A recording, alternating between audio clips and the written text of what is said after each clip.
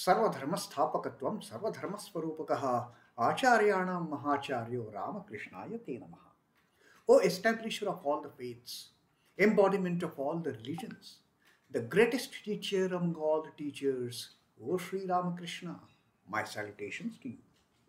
Namaste, Pranam. In order to reach the roof which all these incarnations, the great divine souls, the saints, they all climb the steps, go to the roof, again come down to show the aspirants, spiritual aspirants, to show them this is the stair by which you can reach the roof. So that is the duty, that is the work, that is the task that these spiritual divine incarnations, the spiritual gurus, the saints, they all are doing, having reached the roof themselves. So Sri Ramakrishna says every householder must make an effort to reach the roof. We have to climb the steps. We have to climb the steps, negating, getting freed from the desires. Getting freed from the desires, we reach the roof and realize that Satchidananda Brahman. Now for that, Sri Ramakrishna has said that we should get ourselves free from desires. And once we are free from desires, only then we can take a plunge in the ocean of Satchidananda, not before our desires are destroyed. We fulfill our desires, get out of that enjoyment path, and then once we are free from desire, we are free to take a plunge in the ocean of Satchidananda. And then Sri Ramakrishna says the householder should take a plunge. A man will certainly succeed if he takes a plunge. He has to take a plunge in the ocean, this vast ocean, which is the Sat Chit Anandam. So that was the teaching Sri Ramakrishna had given to Sri M. And now again on this particular new date, it is August 19th, 1883. And again, it is a Sunday. Sri M has come to Sri Ramakrishna. He's staying with Sri Ramakrishna, in fact. And Sri Ramakrishna starts talking to him. Right now, he's all alone. So it is just the Guru and the Shishya. Other devotees, they will be coming. They will be joining the group. They will be joining Sri Ramakrishna, and they will be so keen to listen to his nectarine teachings. But before that, Sri Ramakrishna is spending this time all alone with Sri M. And what a wonderful advice, what a wonderful spiritual instruction Sri Ramakrishna is giving to Sri M. Let us see what these instructions are, what this teaching Sri Ramakrishna is giving to M, and let us also impart something from the teaching of Sri Ramakrishna. Sri Ramakrishna to M. Self-knowledge is discussed in the Ashtavakra Samhita.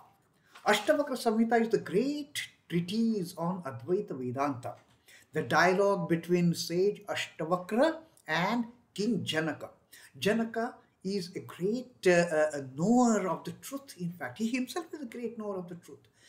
So before reaching that stage of realizing the Brahmajnana, Janaka sought this knowledge from the gurus that he got. Ashtavakra was one of them, and Ashtavakra, he inducted Janaka with this knowledge of Brahmajnana, the Atmajnana.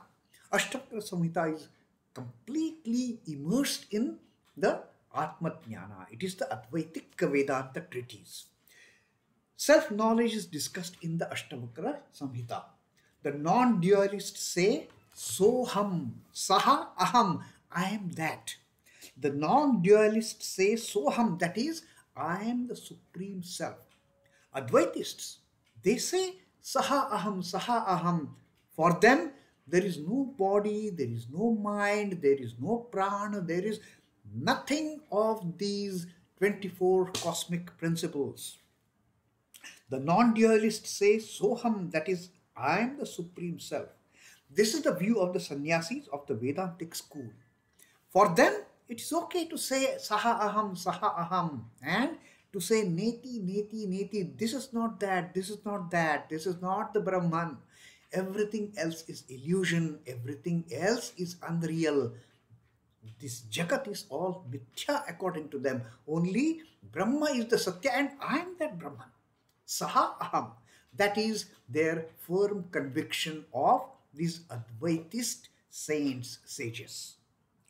This is the view of sannyasis of the Vedantic school. But this is not the right attitude for householders. Sri Ramakrishna clearly gives this word of caution.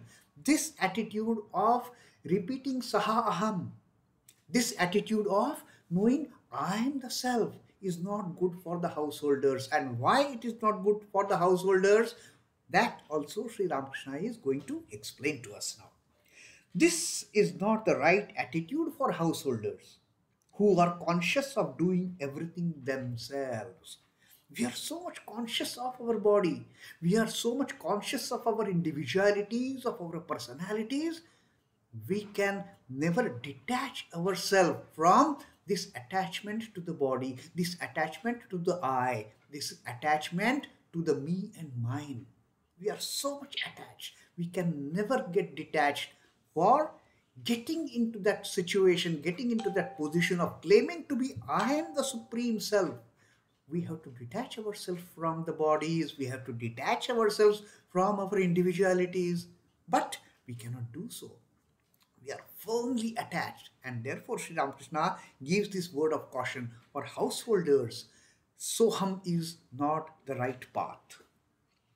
That being so, what is the, if that is the thing, so what is the choice left for householders? Can householders never aspire to attain that higher enlightenment? Sri Ramakrishna says that is not so. They can also. For them, there is a way out. Sri Ramakrishna says, that being so, how can they declare I am that, the actionless Supreme Self? For householders, it is just not possible. Householders cannot say I am the Supreme Self. Householders cannot keep on repeating Saha aham, aham brahmosmi. Then what is the way out? The way out, Sri Ramakrishna is telling us now. According to non-dualists, the self is unattached. That is the basic requirement to get into that mode of attaining the Atma Jnana, attaining the Brahma Jnana, of getting into that slot of those rare souls who claim I am He. According to non-dualist, the self is unattached. The self, the Atman, it has got no attachment whatsoever. It is completely detached. Good and bad, virtue and vice, and other pairs of opposites cannot in any way injure the self. Good, bad, holy, unholy, joyous, sorrowful, the pain and the pleasure, these pairs of opposites no way affect this Atman. Atman is much, much beyond that. Atman is beyond grief, Atman is beyond joy, Atman is beyond holiness, Atman is beyond unholiness, Atman is beyond purity, Atman is beyond impurity, Atman is above all these pairs of opposites. Good and bad, virtue and vice, and other pairs of opposites cannot in any way injure the self, though they undoubtedly afflict those who have identified themselves with the bodies. We all get so much afflicted by these pairs of opposites. At one moment, we are jumping with joy, and something bad happens, and we start crying, jug full of tears. Oh, what has happened? Why I am in such a mess? Why these miseries? Why I only have to face all this grief? We suddenly get into that mode of grief, despair, frustration. At one moment, we are so happy. At another moment, we are drowned in that passion of anger, frustration, jealousy, all those shadaripus. They just drown us. They just further attach us to this body consciousness, and we cannot get out of it. But Sri Ramakrishna says, he gives a beautiful example here. Smoke soils the wall. Certainly, If we burn something, if we are creating homa, the smoke rises, it goes to the walls, to the ceilings, and everything becomes blackened. That soot of carbon, it gets deposited on the walls, on the ceiling. It happens on the physical objects. Smoke soils the walls, certainly, but it cannot in any way affect akasha, the space. The space around us. Does it get at the smoke is very much there in the space. But does the space it get darkened? No way. Does the space get a suit of dark black layer? No way. The space is absolutely free from any of that blemish of blackening of the walls. Space doesn't get in that any the soot, any the deposition of that black charcoal which is coming out of the smoke. It is only the walls and the ceilings, they get affected. The akasha, the space, it is absolutely untouched. Although the smoke is very much there in the midst of the akasha, but akasha is no way affected, no way afflicted by the blackening of its nature. Following the Vedantists of this class, Krishnakishore used to say, I am curve. So Krishnakishore was a great spiritual giant for that matter. He used to say, I am curve. And what is curve? Curve is nothing but the akasha. He used to say, I cannot get the deposition of the black soot on this body of mine. I am beyond the blackening. I am beyond the pairs of opposites. That is what the enlightened souls, they realize. Being a great devotee, he could say that with some justification, but it is not becoming for others to do so. This is a clear word of caution Sri Ramakrishna is giving.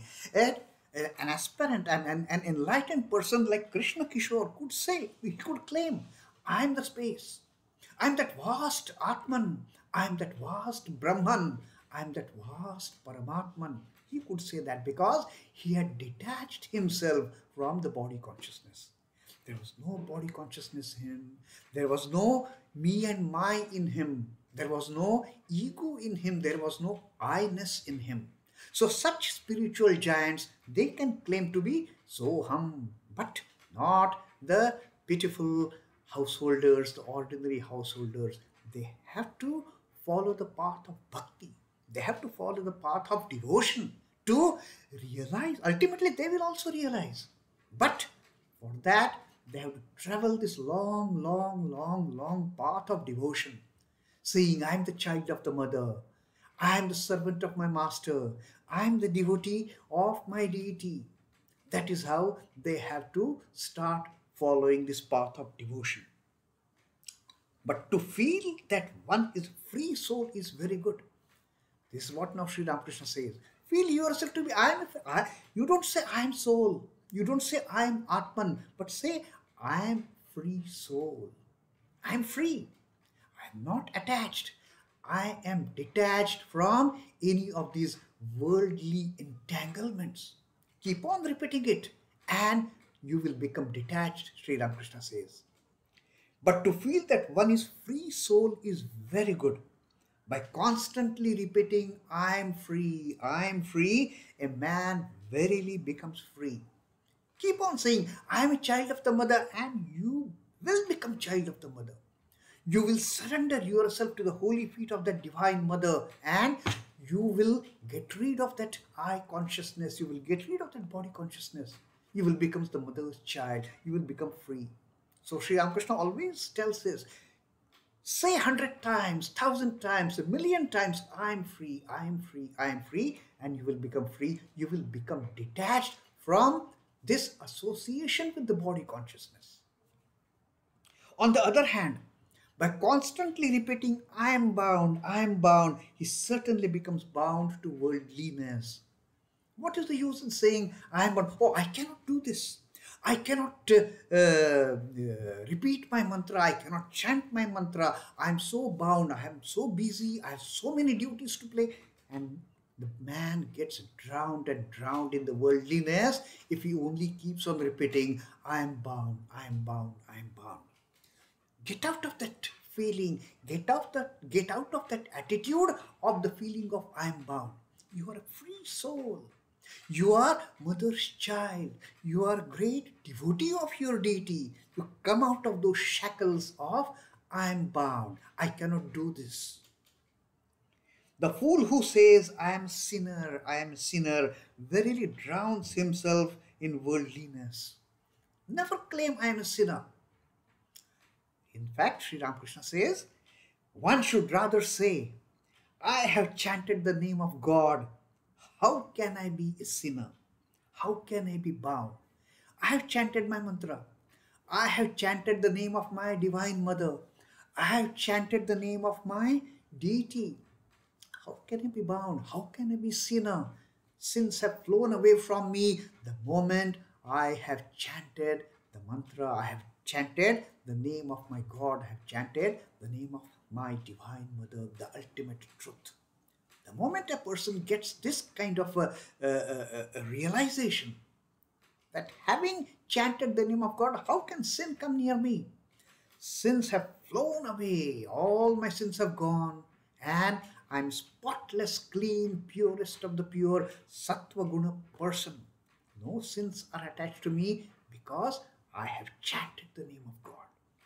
So that is what Sri Ramakrishna says. How can I be bound if I keep on saying, I am free, I am free, I am free. So that is Sri Ramakrishna's teaching to Sri M, that always chant this. Rather than saying, I am Brahman, say, I am free, I am free, I am free, I am mother's child. Keep on chanting, I am not bound, I am not bound. And we can never ever get bound to this meager body consciousness. This body is not anything in the realm of the divine. Body comes and goes, but the I remains. The I as a child remains. The ripe I remains. So remain free out of all the bondages and become free forever. Om Namah Shri Bhagavate Ramakrishnaaya. Sri Ramakrishna Arpanamastu. Jai Thakur, Jai Ma, Jai Swamiji.